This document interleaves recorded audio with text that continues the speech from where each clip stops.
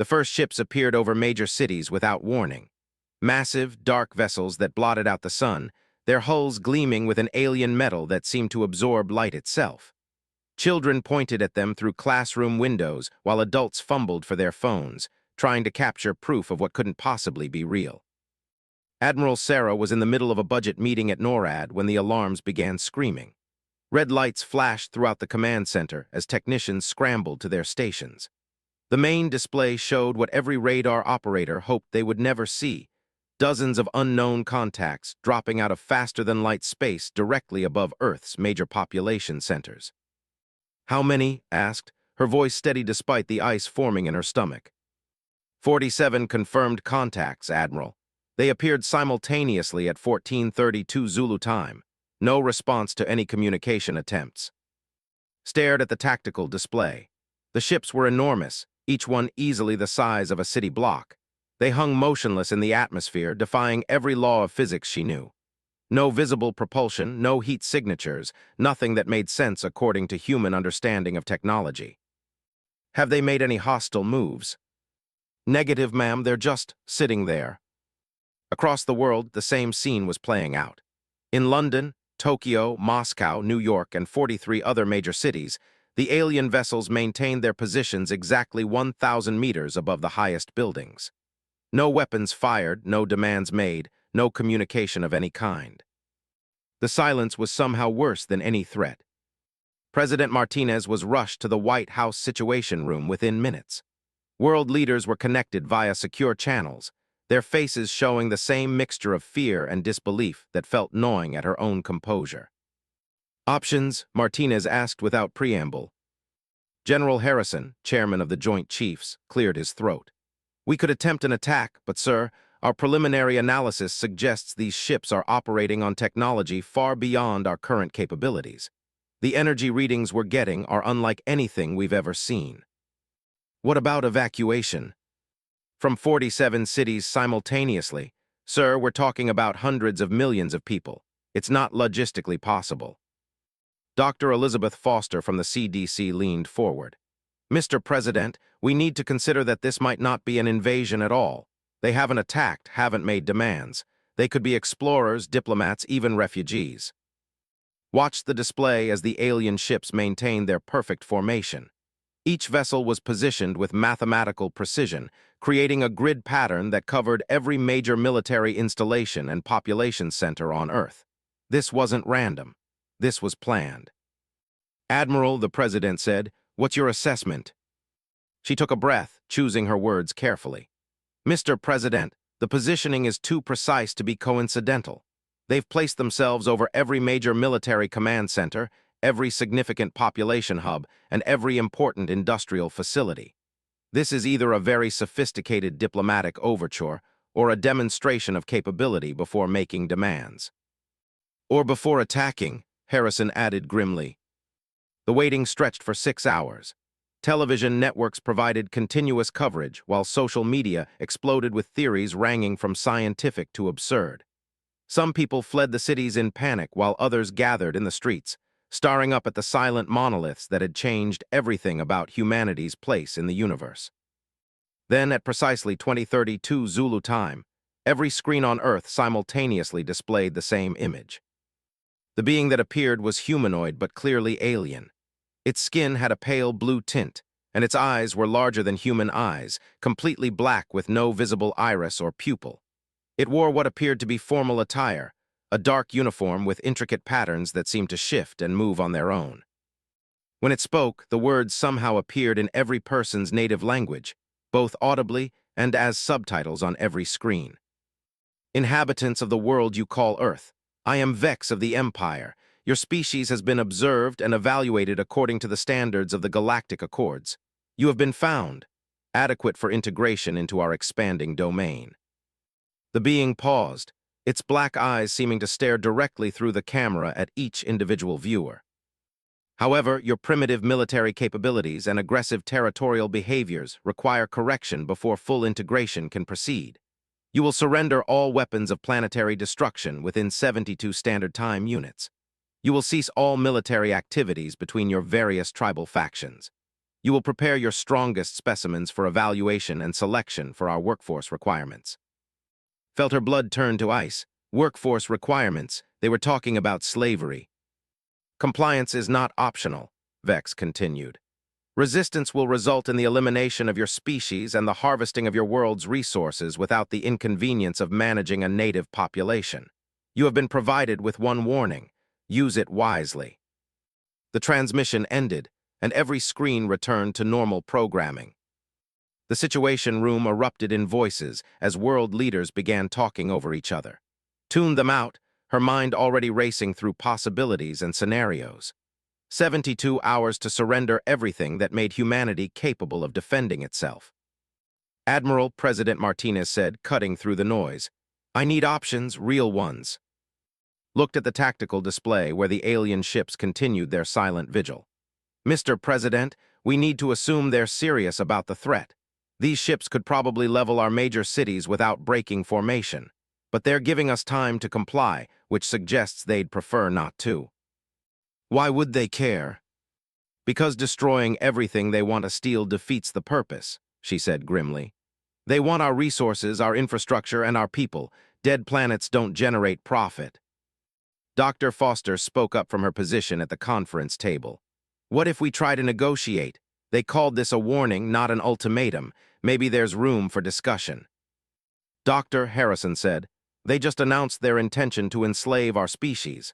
What exactly would you like to negotiate? Time, information, understanding of what they really want. These beings traveled across interstellar space to get here.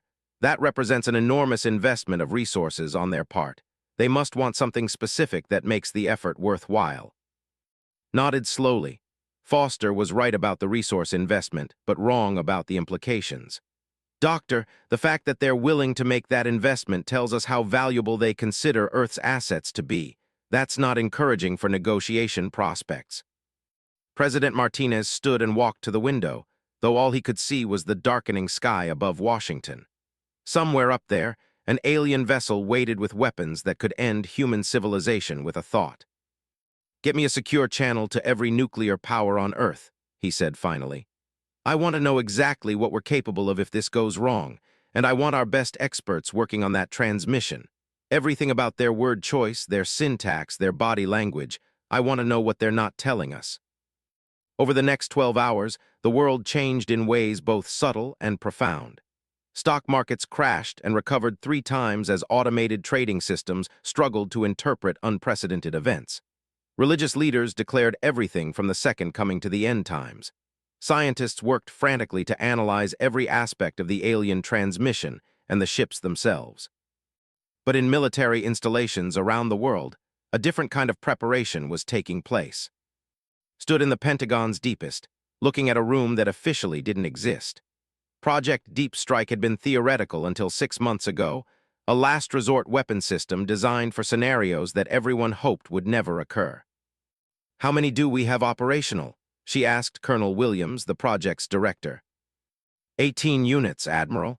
Each one capable of delivering a focused electromagnetic pulse that could theoretically disable electronics within a 50-kilometer radius.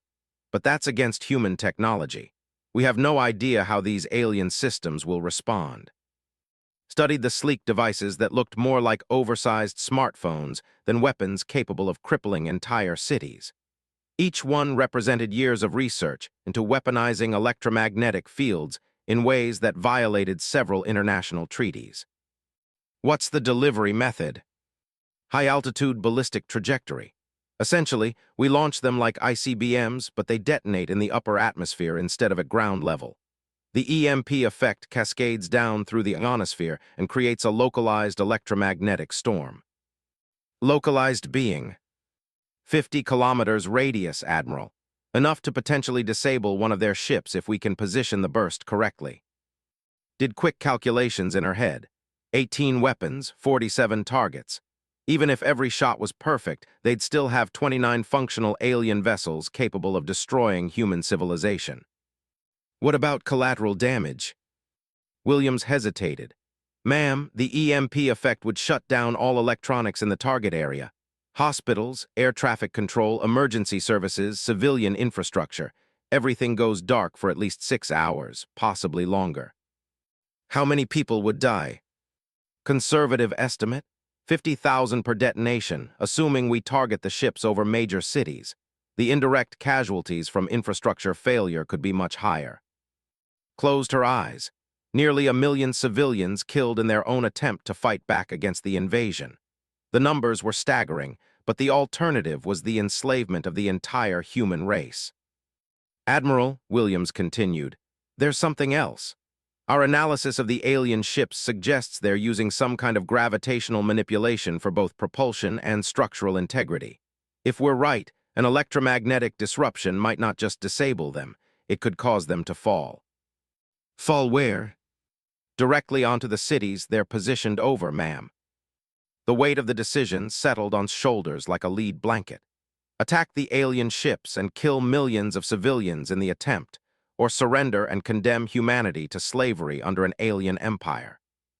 She thought about her daughter studying engineering at MIT, about her grandson just learning to walk, about all the children pointing at alien ships through classroom windows, not understanding that their futures had just been stolen by beings from another star. Colonel, I need you to prepare all 18 units for immediate launch on my authorization. But I also need you to run every simulation you can think of to minimize civilian casualties. If we're going to do this, we do it right.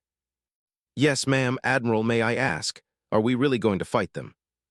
Looked at the weapons that represented humanity's last desperate gamble. Colonel, they made one critical mistake when they came here. What's that, ma'am? They gave us a warning. Across the planet, similar conversations were taking place in bunkers and command centers. The Chinese were quietly moving their population away from Beijing. The Russians were testing experimental weapons that existed only in theoretical physics papers. The British were coordinating with Commonwealth nations to establish backup command structures in case London fell. But in a small research facility outside Geneva, Dr. Sarah was making a discovery that would change everything. She had been analyzing the alien transmission frame by frame, looking for any clue about the beings who had delivered humanity's death sentence. The universal translation technology they used was sophisticated beyond anything humans had achieved, but it wasn't perfect. There, she said, highlighting a section of the recording. Watch the micro-expressions when he says adequate for integration. See the slight facial tension. And here, when he mentions primitive military capabilities, there's a brief pause that doesn't match the speech pattern. Her colleague, Dr. Anderson, leaned closer to the screen. What are you thinking? I think he's reading from a script. More than that, I think he's uncomfortable with some of what he's saying. Look at the body language during the threat section. His shoulders are slightly elevated, his hands are clasped behind his back in a defensive posture, and he breaks eye contact with the camera 3 times. So maybe this Vex isn't as confident about this invasion as he wants us to believe. Maybe we're not the first species they've done this to, and maybe some of the others didn't go as smoothly as planned. Anderson pulled up the linguistic analysis they'd been working on. The word choice is interesting too. Adequate for integration suggests we barely met their standards, and primitive military capabilities. If we're so primitive, why the elaborate show of force? Why position ships over every major military installation? Felt a spark of hope for the first time since the ships had appeared. Because they're not as confident as they want us to believe. They know something about human military capabilities that makes them cautious. But what could they possibly fear from us? Their technology is centuries ahead of anything we have. Maybe it's not about technology, said slowly. Maybe it's about something else entirely. She pulled up historical files on human warfare, scrolling through centuries of conflict and innovation. Look at this pattern. Every time humans have been faced with superior technology or overwhelming odds, we've found ways to adapt, to innovate, to fight dirty when fighting fair wasn't enough. You think they've encountered that before? I think they've encountered other species that rolled over and surrendered when faced with superior force. And I think they've also encountered species that didn't.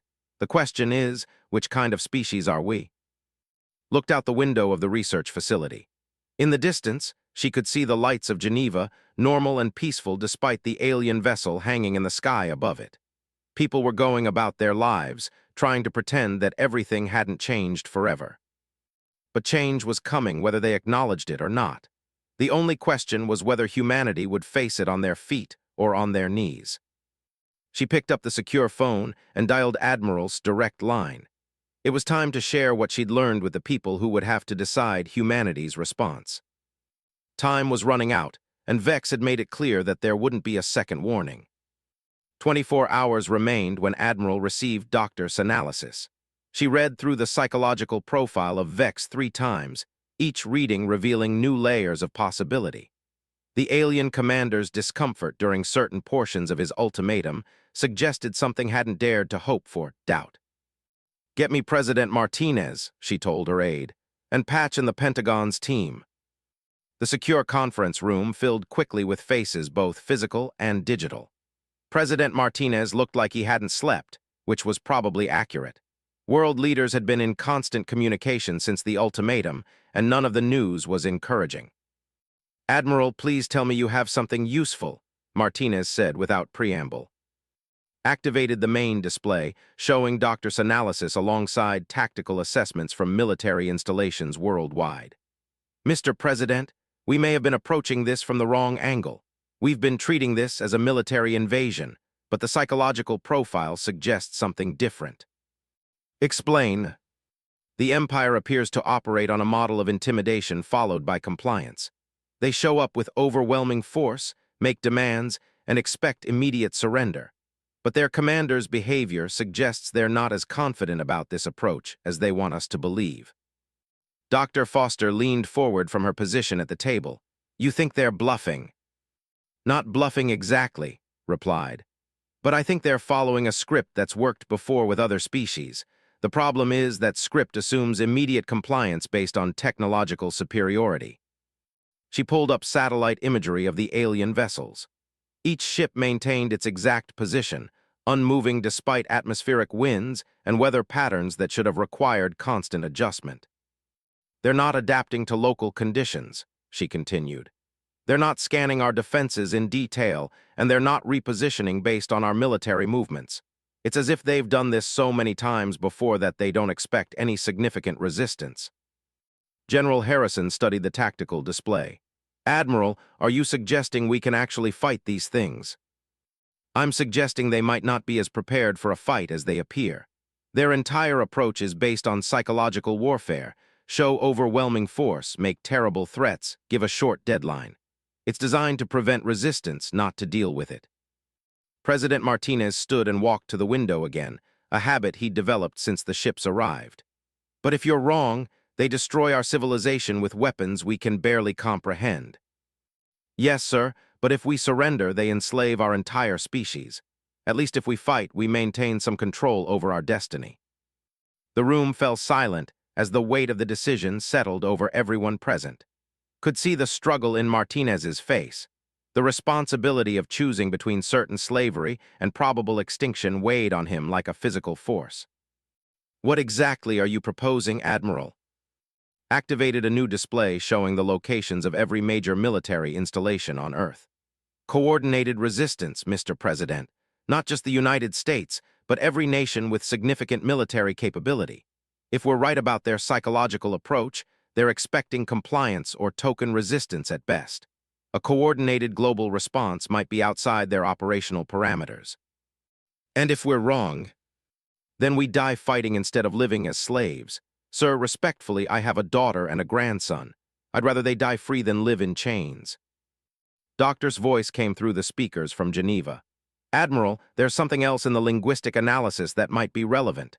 The phrase elimination of your species is interesting. Not destruction of your world or annihilation of your civilization, specifically the species. That suggests they want to keep the planet intact." "Why is that significant?" Martinez asked.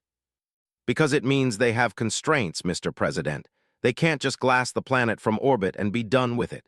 They need Earth's resources, which means they need to fight on our terms, not theirs." Felt the first real spark of hope since the invasion began. Doctor is right. If they wanted to simply destroy us, they would have done it already. The fact that they're giving us time to surrender means they want us alive. And if they want us alive, they can't use their most devastating weapons. The president returned to his seat, his decision crystallizing. Admiral, what would coordinated resistance look like?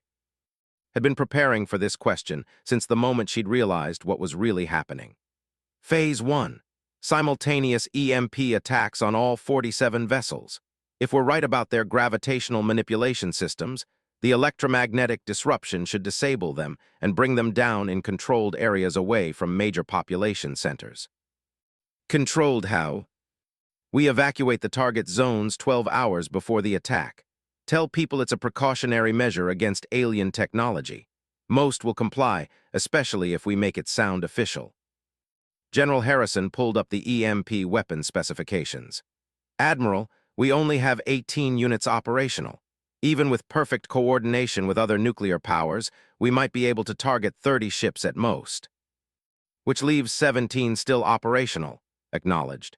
But 17 scattered ships are much easier to deal with than 47 in perfect formation. Once we break their initial positioning, we can use conventional weapons to target their vulnerabilities. What vulnerabilities? Dr. Foster asked. Smiled grimly. The same gravitational manipulation that keeps them aloft.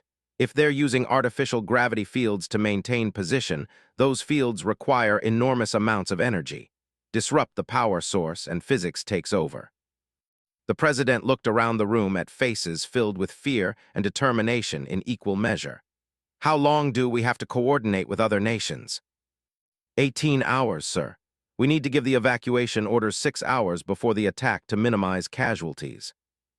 And if other countries refuse to cooperate? Had considered this possibility extensively. Then we proceed with what we have and hope it's enough. Mr. President, the alternative is accepting slavery for our entire species.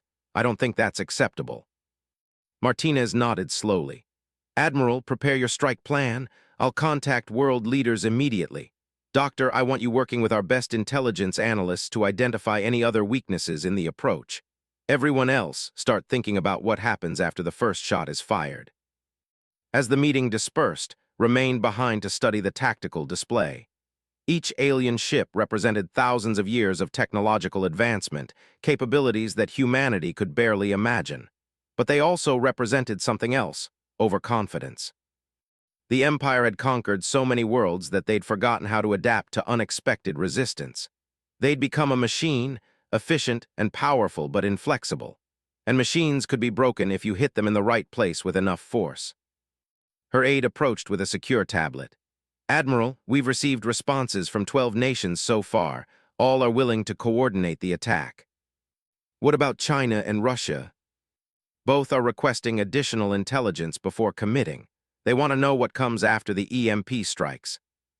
Understood their hesitation. The electromagnetic pulse weapons would only disable the alien ships temporarily. What happened next would determine whether humanity survived or faced complete annihilation. Get me Colonel Williams at Deep Strike Command. We need to modify the targeting solution. 20 minutes later, was back in the subterranean facility, staring at weapons that might save or doom human civilization. Colonel Williams had assembled his entire team, and their faces showed the same mixture of terror and determination that felt in her own heart. Colonel, I need you to reprogram the targeting systems.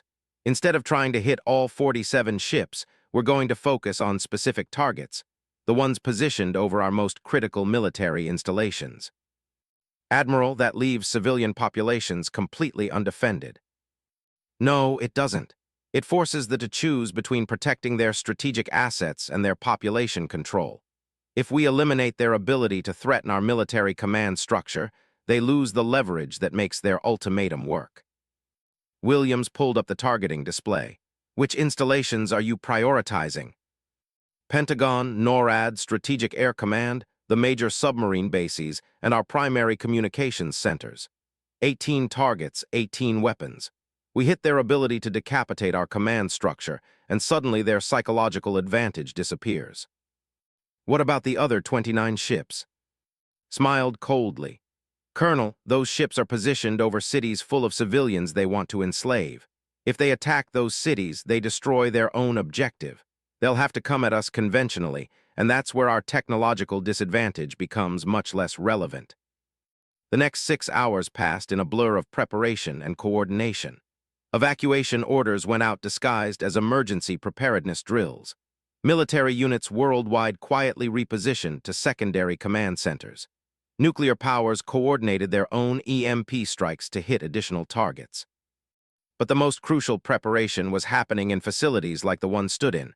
Weapons being programmed, coordinates being, and fail-safes being tested one final time. "Admiral," Williams said, approaching with a tablet showing the final targeting solution. "We're ready. All 18 units are programmed and in position.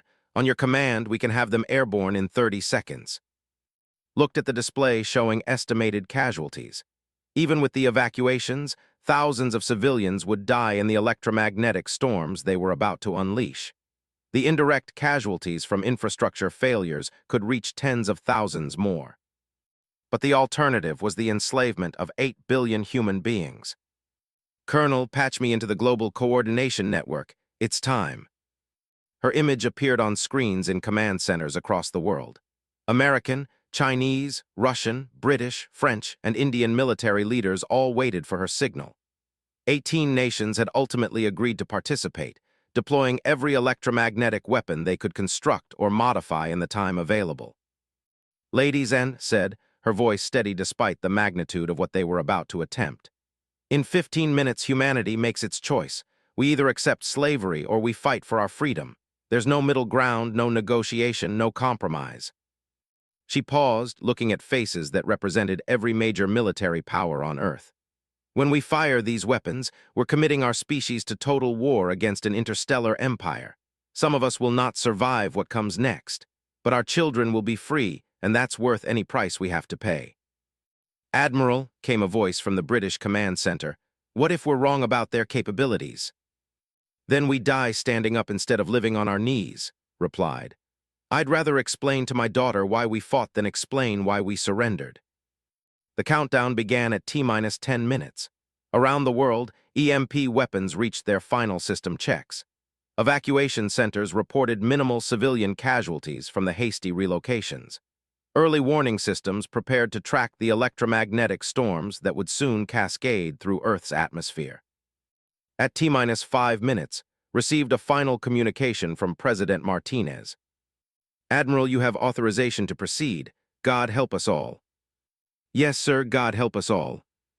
At T-minus 60 seconds, the Global Coordination Network went silent except for the mechanical countdown that would synchronize the attack.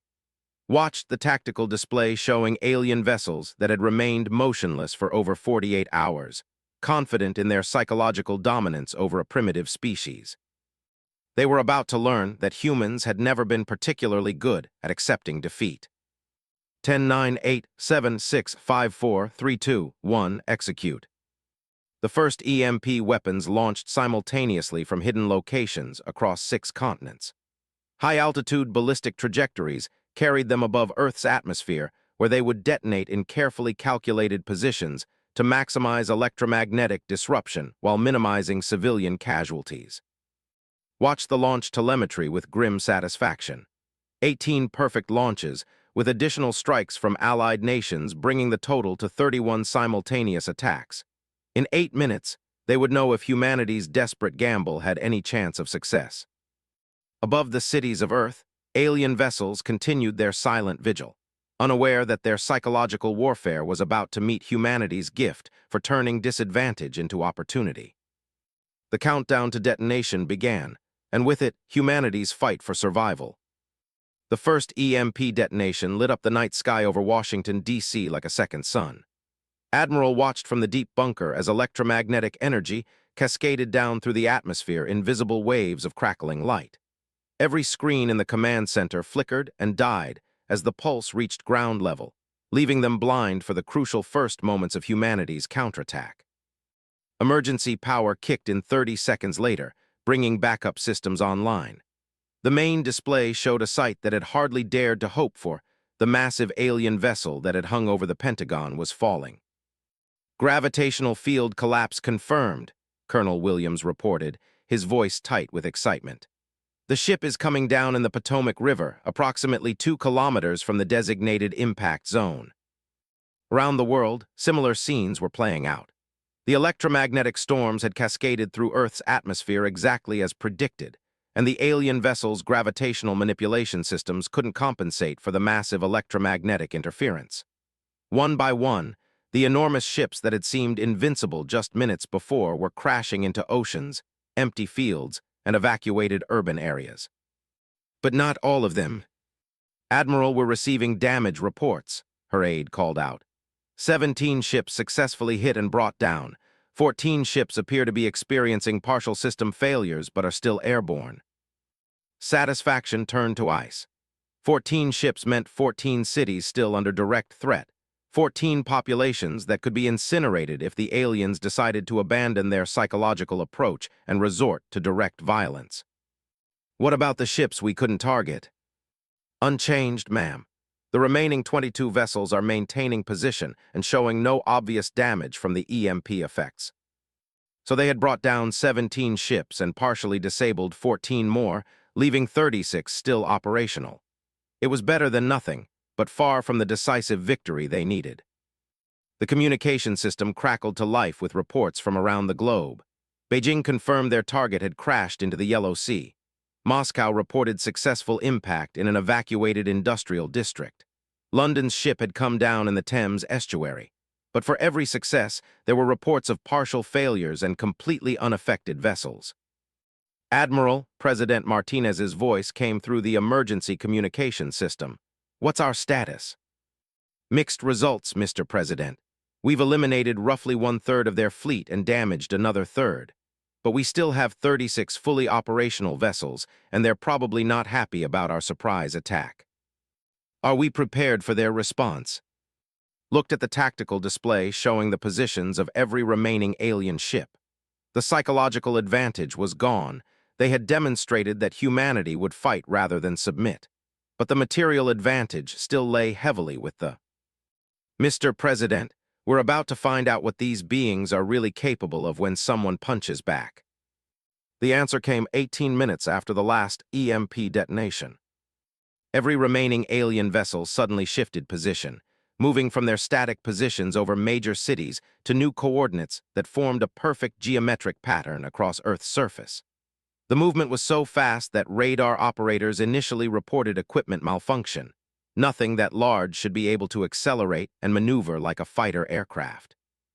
They're repositioning for coordinated attack, said, watching the tactical display with growing dread. All vessels are moving to optimal firing positions. But instead of the devastating energy weapons that everyone expected, something else began happening. The air around each alien vessel started to shimmer and distort, and massive objects began materializing in Earth's atmosphere. Jesus Christ, Colonel Williams whispered, staring at the display. Are those what I think they are? The objects were ships, smaller than the original vessels, but still enormous by human standards. Hundreds of them, materializing around each of the 36 remaining ships like a fleet that had been hidden in hyperspace. Felt her heart sink. They had just revealed the full scale of the invasion force. The original ships hadn't been carrying weapons, they'd been carrying an entire armada. Get me damage assessment on the ships we brought down, she ordered. I need to know what we're dealing with. The reports came in over the next few minutes, painting a picture that was both encouraging and terrifying. The crashed alien vessels showed sophisticated technology beyond human understanding, but they also showed something else, evidence of repeated combat damage that had been repaired. Admiral, Doctor's voice came through from Geneva, we're analyzing wreckage from the London crash site. This ship has been in combat before multiple times. Blast scoring on the hull, armor patches, replacement components that don't match the original construction. What does that tell us? It tells us the Empire isn't as invincible as they want us to believe. These ships have fought other species and taken damage doing it. They've lost battles before. Felt a spark of hope. If other species had fought back successfully enough to damage vessels, then humanity might have a chance after all. The hope was short-lived. Vex appeared on every screen on Earth once again, but this time his demeanor was completely different.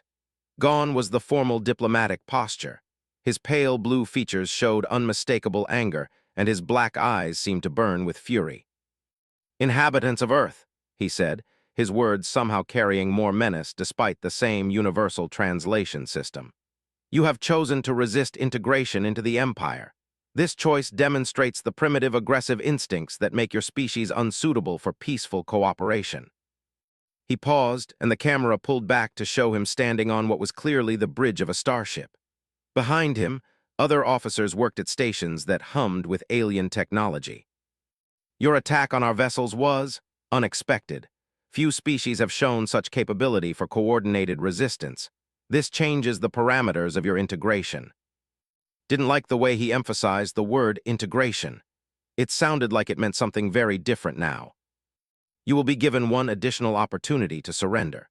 You have 6 standard time units to comply with the following demands: immediate cessation of all military activities, surrender of all planetary leaders for processing, and preparation of your population for reassignment to productive duties within the Empire. 6 hours, General Harrison muttered. He's cutting the timeline. But Vex wasn't finished. Understand this clearly. Your previous demonstration has proven that your species possesses dangerous technological capabilities. This cannot be permitted to continue. Compliance will result in the preservation of 30% of your population for labor purposes. Continued resistance will result in the elimination of all but 10%, who will be retained for study and entertainment. The transmission ended, leaving humanity with a choice that was somehow even worse than the original ultimatum. Surrender and lose 70% of the population, or fight and lose 90%. Entertainment, Dr. Foster said quietly. What do you think that means? Nothing good, replied. Colonel Williams, what's the status of our remaining weapons? Admiral, the EMP strikes used up our entire stockpile. We have conventional weapons, but against their technology. Against their technology, we're fighting with sticks and stones, finished. But we hurt them. They wouldn't be changing their terms if we hadn't hurt them. President Martinez's voice cut through the command center. Admiral, I'm receiving reports that every major military installation on Earth is under attack. They're not waiting for our response. The tactical display lit up with contact reports as smaller vessels began attacking military targets worldwide. But something was wrong with their attack pattern. They're not using energy weapons, Colonel Williams reported, studying the engagement reports. Kinetic projectiles, plasma bolts, but no planet killing. It's almost like they're trying to disable rather than destroy, finished. Doctor was right. They need our infrastructure intact. They can't just glass the planet and take what they want. Admiral, her aide called out, we're receiving a priority transmission from the USS Virginia. They're reporting successful engagement against an assault craft. Turn to the communications station. Put them through. Captain's voice crackled through the speakers from somewhere in the Atlantic. Admiral, this is Captain of the USS Virginia. We just nailed one of their smaller ships with a Mark 48 torpedo. The thing went down like a rock. Confirm that, Captain. You destroyed an alien vessel with conventional weapons. Affirmative, Admiral. The ship was attacking the Norfolk Naval Base. We hit it amidships and it lost power immediately. No secondary explosions, but it's definitely out of action. Felt the first real hope since the invasion began. Captain, what's your assessment of their defensive capabilities? Ma'am, with respect, I think these bastards aren't used to getting shot at. Their shields or whatever they use for protection seem optimized for energy weapons, not kinetic impact. Our torpedo punched right through whatever they had. Similar reports began coming in from around the world. A Royal Navy destroyer had sunk 2 craft with conventional missiles. Russian fighter aircraft had shot down 3 more using air-to-air missiles. Chinese surface-to-air batteries had brought down 4 attack ships over Beijing. The Empire was discovering that humans were very good at killing things, even things that shouldn't be with primitive technology. Admiral, President Martinez said, it sounds like we have a fighting chance after all. Yes, sir, but we need to coordinate our response. They are learning too. Each engagement is teaching them about our capabilities, and they're adapting their tactics. Even as she spoke, the tactical display showed ships beginning to modify their attack patterns. They were staying at higher altitudes, using different approach vectors, and coordinating their assaults more carefully. They're fast learners, General Harrison observed, but so are we. Activated the Global Military Coordination Network. Every surviving command center appeared on her screen, from mountain bunkers to hardened submarine communication buoys. "Ladies and," she said, "we've learned something important in the last hour. These aliens can be killed with conventional weapons if we're smart about how we use them. They have superior technology, but they're not used to enemies that fight back effectively." "What are you proposing, Admiral?" came a voice from the Australian command center. "Total warfare. Not just military resistance, but civilian resistance. Every hunting rifle, every homemade explosive, every piece of industrial equipment that can be weaponized. Make it so expensive for them to occupy Earth that it's not worth the effort." "Admiral," the British commander interjected, "civilian casualties will be enormous." "Commander, the alternative is 90% casualties plus slavery for the survivors. I'll take my chances with total resistance." Over the next 2 hours, coordinated the most comprehensive military response in human history. Every nation with functioning command structures contributed to the effort.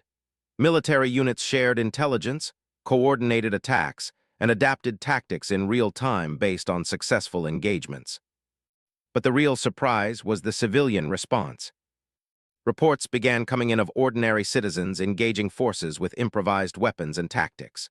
A group of farmers in Iowa had destroyed an alien patrol ship using a fertilizer bomb. Construction workers in Detroit were using heavy machinery to attack grounded craft. Even children were contributing, using drones and remote-controlled devices to scout alien positions and relay intelligence to military units. The Empire had expected to face the organized military of a single species. Instead, they found themselves fighting an entire planet that refused to be conquered. "Admiral," Doctor's voice came through from the Geneva facility, "we're intercepting alien communications. Their coordination is breaking down. Individual ship commanders are reporting higher than expected casualties and requesting additional reinforcements." "How many reinforcements do they have available?" "That's the interesting part. The communications suggest this is their entire regional fleet. They're not expecting significant resistance, so they didn't bring backup forces." Smiled coldly. The Empire had made the same mistake that every superior force made when facing human resistance. They had underestimated the cost of occupation. "Doctor, can you determine their chain of command? Who's making the strategic decisions?" "Working on it, Admiral, but there's something else. We're detecting what appears to be disagreement among their officers. Some are arguing for immediate withdrawal, others for escalation of force." "Disagreement is good. Disagreement means we're hurting them worse than they expected." The confirmation came 6 hours after the deadline Vex had given them. Instead of the promised escalation, the alien commander appeared on screens worldwide looking decidedly less confident than before. "Inhabitants of Earth," he said, his formal tone barely concealing frustration, "your continued resistance has exceeded projections. The cost of integrating your species into the Empire has become problematic." Leaned forward, watching the alien commander's body language. He was definitely uncomfortable, possibly even desperate. "The Empire is prepared to offer revised terms for cessation of hostilities. Complete withdrawal of all occupation forces in exchange for a non-interference agreement and limited access to your planet's resources." "He's offering to leave," President Martinez said wonderingly. "They want to negotiate surrender." "Mr. President," replied, "I think they're the ones surrendering." Vex continued his transmission, confirming assessment. "This offer is contingent on immediate cessation of all resistance activities and agreement to a formal treaty recognizing territorial claims in this stellar region." "Territorial claims," repeated. "They want to save face, make it look like they accomplished something even though they're running away." The president activated the response system, addressing Vex directly. "We'll consider your proposal under one condition: complete and permanent withdrawal of all forces from Earth's solar system. No territorial claims, no resource extraction, no future contact of any kind." The response took nearly an hour to come, during which alien forces began a visible retreat from Earth's atmosphere. When Vex finally reappeared, his formal composure had cracked completely. "Your terms are acceptable. Forces will withdraw immediately. This system will be marked as unsuitable for integration." The transmission ended, and within hours, every alien vessel had disappeared into hyperspace. Admiral stood in the Pentagon's rebuilt command center 6 months later, looking at the memorial wall that honored the 37,000 civilians and military personnel who had died during the 3-day war that saved human civilization. "Admiral," her aide said, "we're receiving the final report from the alien technology research teams." She took the tablet and read through the summary. The crashed vessels had provided technology that would advance human science by centuries. Faster-than-light travel, energy weapons, gravitational manipulation, all of it was being studied and adapted for human use. But more importantly, they had learned something about the galaxy they lived in. Humanity was not alone, and they were not helpless. "Admiral," President Martinez said, joining her at the memorial wall, "the Joint Chiefs want to discuss the new defense initiatives." Nodded, the Empire might have retreated, but they weren't the only ones out there, and next time humanity would be ready. "Mr. President," she said, "I think it's time we started looking outward. If there's one thing this war taught us, it's that the best defense is making sure nobody wants to fight you in the first place."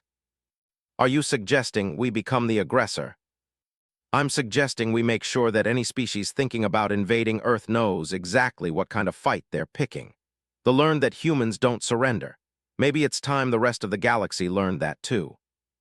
Looked out at the stars, wondering what other civilizations were out there, and whether any of them were foolish enough to give humanity a warning before attacking. She hoped not. Warnings were for species that planned to survive their mistakes. Humanity had just proven they were not that kind of species.